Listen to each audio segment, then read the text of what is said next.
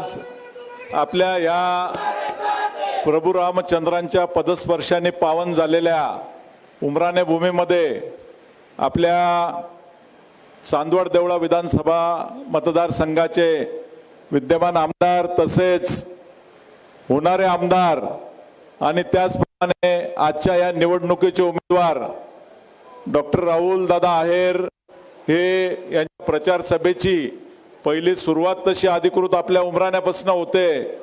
या कार्यक्रमाला उपस्थित असलेले भारतीय जनता पार्टीचे माजी जिल्हाध्यक्ष दादासाहेब जाधव, त्याचप्रमाणे मंचावर उपस्थित असलेले आमचे उमराण्याचे उपसरपंच विश्वनाथ मोठाभाऊ, त्याचप्रमाणे सूर्यवंशी आप्पा, राजाभाऊ खैरनार, दीपकदादा बच्चाव, शरदभाऊ पवार, त्याचप्रमाणे आमचे मार्केट कमिटीचे ज्येष्ठ संचालक दादाप्पा खैरनार, आमचे जावई कुंभारड्याचे ठाकरे साहेब, त्याचप्रमाणे मंचावर उपस्थित असलेले सर्व तोलामोलाचे मंडळी, प्रत्येकाचं नाव घ्यायला बराचसा वेळ जाईल आणि तशीच या आपल्या फक्त उमराणे जिल्हा परिषद गटातला हा जो मेळावा आपला आज आपण फक्त हा अरेंज केलेला आहे आणि या मेळाव्यासाठी उपस्थित असलेले उमराणे जिल्हा परिषद गटातील सर्व गावचे ठराविक प्रतिनिधी जे आपण बोलवले होते ते आणि या महिला भगिनी, पत्रकार बंधू, इलेक्ट्रॉनिक मीडिया आणि सर्व मंडळी जी उपस्थित झाली आहे, त्याचप्रमाणे आपल्या महायुतीचे घटक असलेले शिवसेनेचे देवबापू वाघ आणि दीपकदादा हे त्यांच्या गावात देवबापूंच्या मेवण भावाचा काही घटना घडल्यामुळे अंत्यविधी असल्यामुळे देवबापू येऊ शकले नाही। तसेच दैवड गावाला चक्र असल्यामुळे दैवडची बरीचशी मंडळी कमी प्रमाणात तिथं उपस्थित झालेली आहे। तरी सुद्धा एवढा चांगला रिस्पॉन्स तुम्ही सगळ्यांनी आमच्या आकेला ओ देऊन दिला त्याबद्दल प्रथमतः मी सगळ्यांचे धन्यवाद व्यक्त करतो। आज दादांबद्दल जर सांगायचं म्हटलं तर नवीन काही सांगायची गरज नाही, कारण दादा हे प्रत्येकाला परिचित आहे। राहुल दादांचं कामकाज जे आपण बघतोय, राहुल दादा जेव्हा 2014ला प्रथमतः आपल्या विधानसभा मतदारसंघामध्ये आमदार झाले आणि सोबर व्यक्तिमत्व असताना त्यांनी या विधानसभा मतदारसंघाचं प्रतिनिधित्व करताना विधानसभा मतदारसंघातील प्रत्येक व्यक्तीशी अतिशय जवळून जुळून घेतलं, प्रत्येकाशी एकदम चांगला सुसंवाद ठेवला आणि हे करत असताना मागच्या काळामध्ये आपण बघतो बंधूंनो, आम्ही तर या चांदवड विधानसभा मतदारसंघाचे जुने आमच्या जन्मापासून या मतदारसंघाचे सहभागी आहोत। देवळा तालुका तर आत्ता आम्हाला जॉईन झाला। आमचे 24 खेडे हे चांदवड विधानसभा मतदारसंघाचे घटक होते, त्यामध्ये मालेगाव तालुक्यातले गावं कमी झाले आणि आदरणीय बाबांनी जो देवळा तालुक्याची निर्मिती केली, यामध्ये देवळा तालुक्यातले 26 गावं, सटाणा तालुक्यातले 17 गावं आणि मालेगाव तालुक्यातले 8 गावं, अशा 51 ते 52 गावांची या देवळा तालुक्याची निर्मिती झाली। आणि ही निर्मिती होत असताना तुम्हाला सगळ्यांना चांगल्या प्रकारे माहिती आहे, देवळा तालुक्याच्या प्रत्येक भागामध्ये वेगवेगळी भौगोलिक परिस्थिती आहे, तिथली विचारसरणी वेगळी आहे आणि प्रत्येक माणसाची कार्यपद्धती वेगळी आहे। पण दादांनी ही सर्व हेरली। देवळा तालुक्यातला खोऱ्याचा भाग असो, त्याचप्रमाणे लोणेर गट असो, उमराणे जिल्हा परिषद गट असो, तसंच चांदवड तालुक्यामध्ये सुद्धा जी विविधता आहे का वडनेरचा भाग आपण बघतो, हा भाग दिंडोरी पिंपळगावला लागून असल्यामुळे तिथली लोकांचं राहणीमान आणि तिथली विचारसरणी वेगळी आहे। तळेगाव रोही गटातली वेगळी आहे, चांदवड शहर आणि दुगाव गट वेगळा आहे। पण या सगळ्या भागाला एक चांगलं नेतृत्व दादांनी देत असताना प्रत्येकाला समान वागणूक दादांनी दिलेली आहे। हे सगळं करत असताना आपण बघितलं मागच्या काळामध्ये स्वर्गीय ज्ञानदेव दादांनी या विधानसभा मतदारसंघामध्ये निवडणूक लढवलेली आहे, ज्यावेळेस मालेगाव आणि चांदवड एकत्र होतं। माझे वडील विश्वासराव तात्यांनी या विधानसभा मतदारसंघामध्ये निवडणूक लढवलेली आहे। आमचे मित्र सौंदाण्याचे रत्नाकर दादा पवार यांनी निवडणूक लढवलेली आहे। देवळ्याचे अरुणदादा आहेर माजी बीजेपीचे जिल्हाध्यक्ष यांनी निवडणूक लढवलेली आहे। पण या सगळ्या निवडणुका लढवत असताना वेगवेगळ्या वेळी वेगवेगळ्या गोष्टी समोर आल्या आणि प्रांतवाद याच्यामध्ये घडला, पण दादांनी कधीही देवळा चांदवड विधानसभा मतदारसंघामध्ये प्रांतवाद होऊ दिला नाही। प्रत्येकाला योग्य न्याय दादांनी दिला, प्रत्येकाशी योग्य समन्वय ठेवला आणि दादांचा एक सर्वात चांगला गुण म्हणजे दादांनी कधी गावागावामध्ये 2 पार्ट्यांमध्ये भांडणं लावले नाही। आमच्या उमराणे गावामध्ये पिढ्यानपिढ्या राजकारणामध्ये अडचणी होत्या।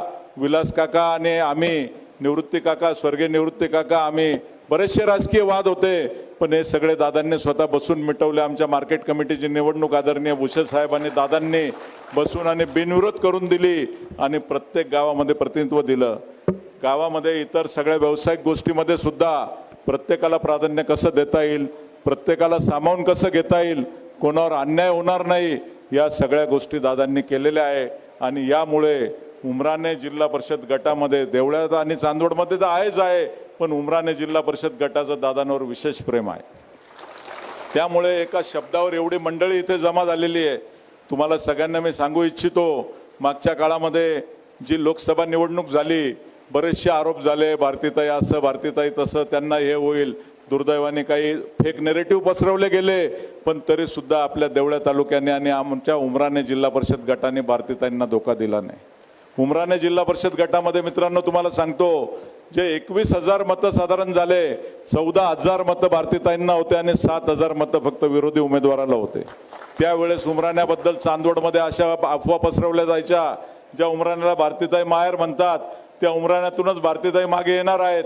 पण असं होत नाही. उमराणे परिसर हा खरोखर भारतीय जनता पार्टीला आणि योग्य माणसाला मानणारा परिसर आहे. आणि त्यामुळे इथे दादा भारतीय जनता पार्टी उमेदवाराला धोका होणार नाही अशी मी सगळ्यांच्या साक्षीने तुम्हाला ग्वाही देतो.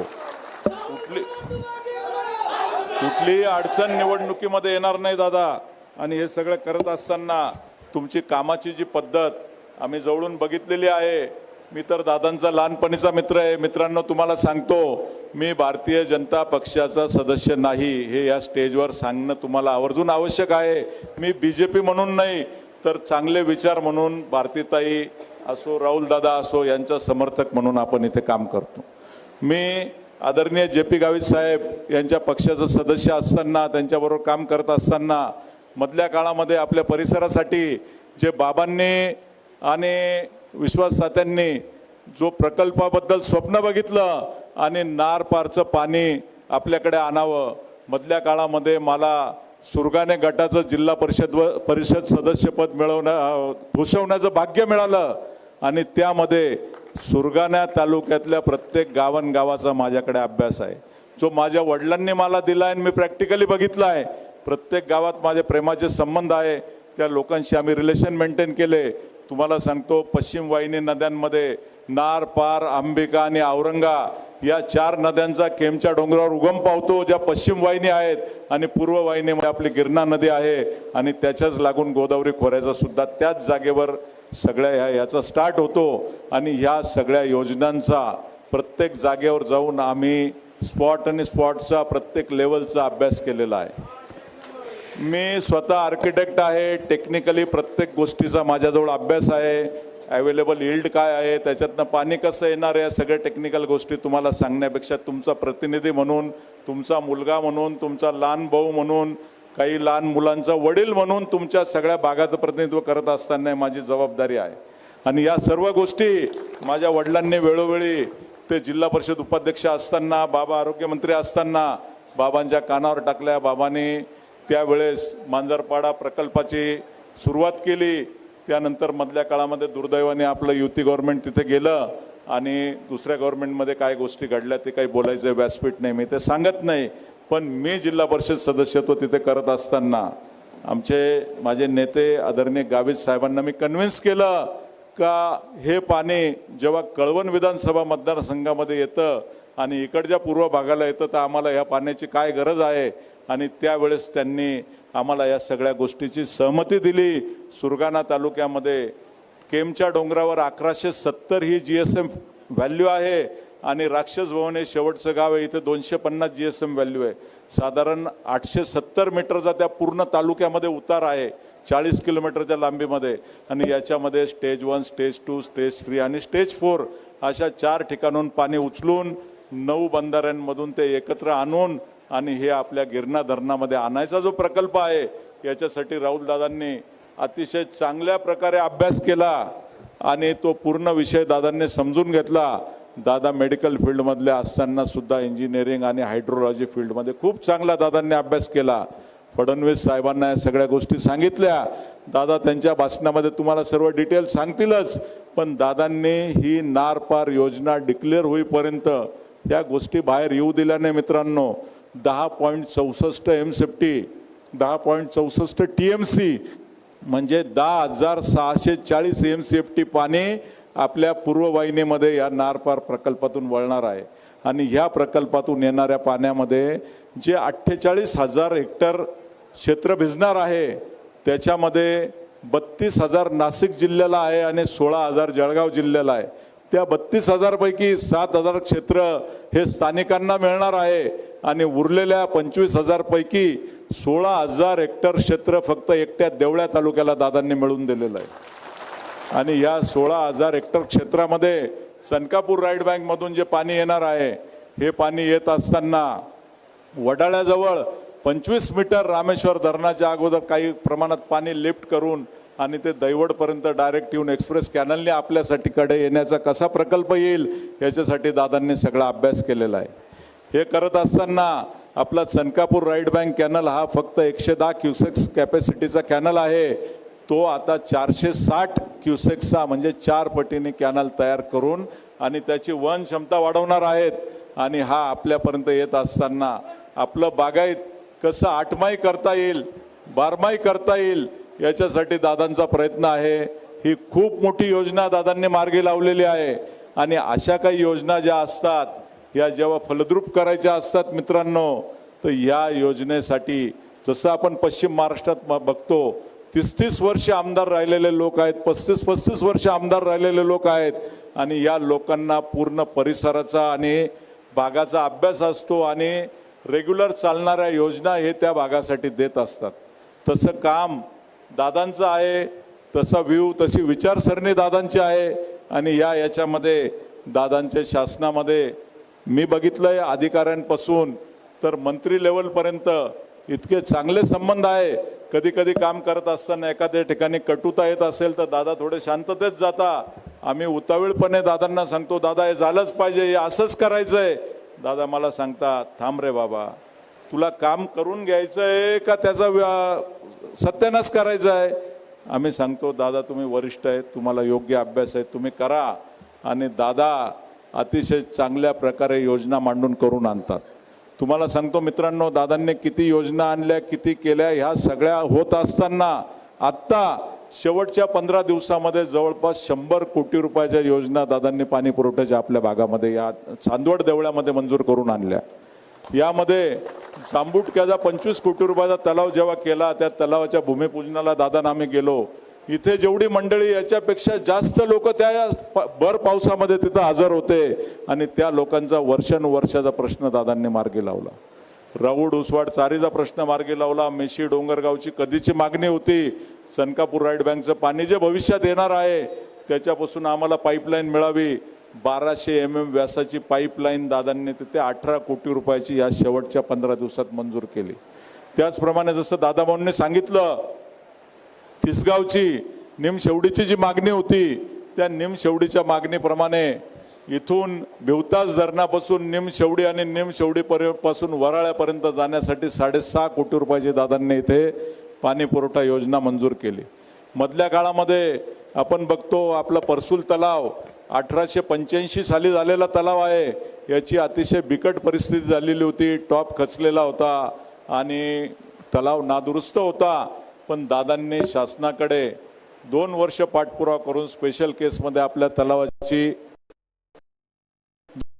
दुरुस्ती मंजूर करून आणली आणि ती दुरुस्ती उमराणा गाव या महापुरामध्ये उमरार दयनीय अवस्था. आणि याचबरोबर तुम्ही जे 7-8-10 बंधारे केले होते त्याच्यामध्ये आमच्या बंधारा होता, चिंचवे कमलपुरा होता, भिवतास होता, करंजा तलावाचा होता, त्याचप्रमाणे दैवड याच्यामध्ये कोलदरीचा बंधारा होता, दैवडमध्ये लवखडचा बंधारा होता. हे सगळ्या बंधाऱ्यांना स्ट्रेंथनिंग झाल्यामुळे या अतिवृष्टीमध्ये हे बंधारे वाचलेत दादा. आणि या परिसरामध्ये ना भूतो न भविष्यती एवढं पाणी गेल्यावर सुद्धा तुमच्या दूरदृष्टीमुळे हा परिसर वाचलेला आहे दादा. तुम्हाला सांगतो या परिसरामध्ये काम करत असताना जसं खारीपाड्याच्या आमच्या प्रवीण भाऊंनी सांगितलं, खारीपाड्याला पिण्याला पाण्याची अतिशय दयनीय अवस्था होती. लोकांना पाण्यासाठी लांब लांब जावं लागायचं. त्यांची मागणी होती दादांनी ह्या तलावातून दहिवड, खारीपाडा, मेशी, तिसगाव, वराळे, चिंचवे, सांगवी, कुंभारडे, गिरणारे आणि उमराणे जवळपास या 10 ते 11 गावांच्या पाणी पुरवठा योजना आज परसूलवर डिपेंड आहे. या परसूलची मधल्या काळामध्ये साठवण क्षमता वाढवण्यासाठी सुद्धा दादांनी वेळोवेळी आम्हाला सगळे मदत केली. सांगायच्या योजना खूप आहेत. दादांना हे सगळं सांगायला आवडत नाही. ते नेहमी आम्हाला काही सांगायला लागलं तर थांबवतात, पण पब्लिकमध्ये या गोष्टी येणं आवश्यक आहे. मधल्या काळामध्ये मी दादांना एक स्वप्न बोलून दाखवलं. दादा, माझी अशी इच्छा आहे का हा उमराणे आणि परिसर याच्या अवतीभोवती जे 10 ते 11 गावं आहेत, मेशी, दैवड, कुंभारडे, गिरणारे, चिंचवड, सांगवी, वराळे, तिसगाव, खारीपाडा, उमराणे, ह्या सर्वांना माझी भविष्यात अशी संकल्पना आहे का हे सगळे गाव मिळून एक हब बनवावं आणि याचा एक उमराणे सब अर्बन्स तयार व्हावा आणि प्रत्येक गाव टू गाव चांगले रस्ते, पाण्याची व्यवस्था, स्ट्रीट लाईट, शेतीची सगळी व्यवस्था, राहणीमान चांगलं सुधारावं. याच्यासाठी मला काय मदत करता येईल ती करा. दादांनी उमराणे गावच्या आजूबाजूपासून तर देवळा तालुक्यामध्ये 250 नवीन ग्रामीण मार्ग मंजूर करून दिले मित्रांनो. आणि हे करत असताना एक एक गावामध्ये आमच्या परिसरामध्ये तर 7-7, 8-8 रस्ते, कनेक्टिव्हिटी इतक्या चांगल्या प्रकारे करून दिल्या. त्याच्यातले बरेचसे आता कामं पूर्ण झाले. तिसगाव सारख्या गावाला सगळ्या बाजूने रस्ते झाले. उमराणे मार्केट कमिटी बसून तर वराळ्यापर्यंत सुरुवातीला बजेट कमी होतं, पण दादांनी स्पेशल केसमध्ये मार्केट कमिटीपर्यंत 7 मीटर आणि तिथून पुढे 7.5 मीटरचा कॉन्क्रीट रोड मंजूर, 5.5 मीटरचा कॉन्क्रीट रोड वराळ्यापर्यंत मंजूर करून दिला मित्रांनो. त्याचप्रमाणे तिसगाव ते गिरणारे रस्ता, उमराणे जाडी रस्ता जो तिसगावला लागून जातो, तिसगावचे इंटरनल रोड, उमराणेला जोडणारे उमराणे ते खारीपाडा रस्ता, उमराणे परसूल रस्ता, त्याचप्रमाणे दैवड वाखारी रस्ता, तसंच आता नवीन रिसेंटली टेंडर झालेले राऊड घाट ते दैवड आणि परसूल तलाव ते सांगवी या सुद्धा रस्त्यांचे कॉन्क्रिटीकरणाचे मोठ्या प्रमाणात कामं दादांनी मंजूर केलेले. हे सगळं करत असताना त्यांनी कुठेही चुकीच्या पद्धतीने जे काही स्टेजवर बोलण्याच्या गोष्टी नाही आहेत ते काहीच केलेलं नाही. हे तुम्हाला आवर्जून मी सांगतो. असं सगळं करत असताना आपल्या भागाला एक अतिशय चांगला लोकप्रतिनिधी लाभलेला आहे आणि अशा माणसाला, जसं आमच्या मित्रांनी राजाभाऊंनी सांगितलं, वस्तुस्थिती आहे येणाऱ्या काळामध्ये युती शासन आल्यानंतर दादांसारख्या सिनियर, अभ्यासू, संयमी, मितभाषी आणि चांगल्या प्रकारे काम करून घेणाऱ्या माणसाला मंत्रिपद मिळाल्याशिवाय राहणार नाही. तुम्हाला सांगतो दादा, हे उमराणे परिसर जे आहे, हे उमराण्याचं आमचं रामेश्वर दैवत अतिशय जागृत आहे. तुमची 2019ची निवडणूक, शांत रे, अजिबात आवाज करायचं नाही. उमराण्यामध्ये 2019ला पहिली जी दादांची सभा याच रोकडबा मंगल कार्यालयामध्ये आपण केली होती. त्यावेळेस सनकापूर राईट बँकचं आपण टेस्टिंग केलं. टेस्टिंग करत असताना चिंचव्याला एका शेतकऱ्याचे 350 मीटरचा प्रॉब्लेम होता. तिथे थोडेसे बाय हुक और क्रूक गोष्टी वापरून दादांनी तो कॅनल क्लिअर करून दिला आणि प्रथमतः परसूल नदीचं पाणी लिफ्ट करून आपण सनकापूर राईट बँकमध्ये कॅनलमध्ये टाकून कुंभारड्यापर्यंत नेलं आणि साधारण 8 किलोमीटर लांबीला आणि 6 किलोमीटर रुंदीला असं 48 चौरस किलोमीटर क्षेत्र हे जलमय केलं. आणि त्यानंतर दादा मागच्या वर्षी दुर्दैवाने थोडासा दुष्काळ भासला, नाही तर या भागाला दुष्काळ भासला नाही. आणि तुम्ही तर आम्हाला 8 मै ते 12 मै पाणी देण्याची व्यवस्था करतायत. एवढ्या सगळ्या गोष्टी जर दादा तुम्ही आम्हाला देतायत, आम्हाला तुमच्याकडून काही अपेक्षा नाही. रामेश्वराच्या आशीर्वादाने आमच्या भागामध्ये 2 मार्केट कमिटी आहेत, तिसरी आता सौंदाण्याची आलेली आहे. अतिशय चांगलं व्यापारिक क्षेत्र आहे. किरकोळ मराठा समाज असो, बहुजन समाज असो, प्रत्येक घरामध्ये एक व्यापारी आमच्याकडे तयार झालेला आहे. कांद्याची चांगली बाजारपेठ आहे. लोकांना व्यवसाय, पैसे आणि समाजकारणाचं महत्त्व कळणारं आहे. एक वैचारिक बैठकीचं हे आमचं उमराणे गाव आणि परिसर आहे दादा. त्यामुळे या परिसराला तुमच्यासारखं नेतृत्व लाभणं म्हणजे हे खरोखर परीस आहे. आणि तुम्ही जे काही आमच्या भागाला दिलंय ही खूप मोठी गोष्ट आहे दादा. याच्यामध्ये तुमच्यासारखं नेतृत्व आम्हाला मिळणं म्हणजे खरोखर आमच्या भागावर रामेश्वराची कृपाच आहे असं आम्ही समजतो. तुमच्या माध्यमातून दादा राऊड घाट उतरल्यापासून तर पर्यंत साधारण 8, 8.5, 9 किलोमीटर लांबी आहे.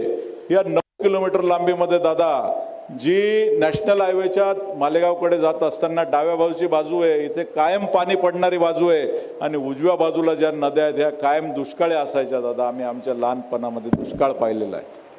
त्या सगळ्या जागेवर वेळोवेळी आम्ही बाबांकडे असो तुमच्याकडे असो जो पाठपुरावा केला, तर 3 ठिकाणी आम्ही परसूल नदी ही इकडच्या बाजूला क्रॉस करून आणि 3 ठिकाणी हे सगळं पाणी फिरवलंय. आमचं तिसगाव हे अतिशय दुष्काळी गाव होतं. तिसगावला आत्ता गेल्या 10 वर्षापूर्वीपर्यंत सगळे मराठा समाजाचे असो बहुजन समाजाचे लोक शेती असून सुद्धा विहिरी फोडायच्या कामाला जायचे. दादा अशा वेळेस दादाभाऊ आहे जिल्हा अध्यक्ष, त्यांना माहिती आहे सगळ्या गोष्टी मी जे बोलतोय.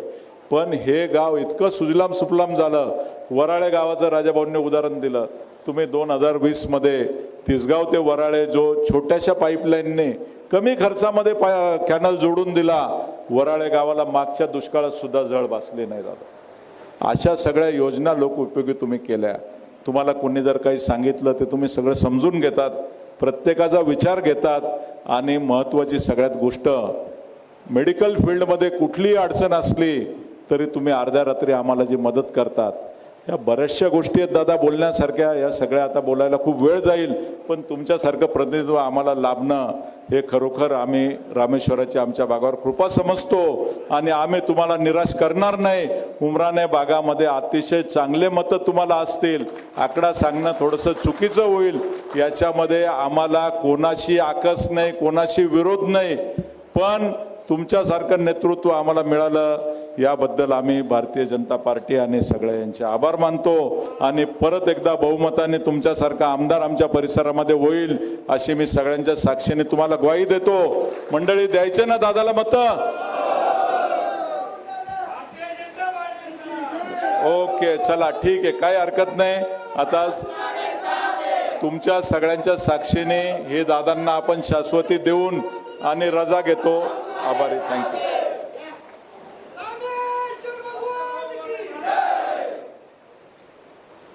धन्यवाद.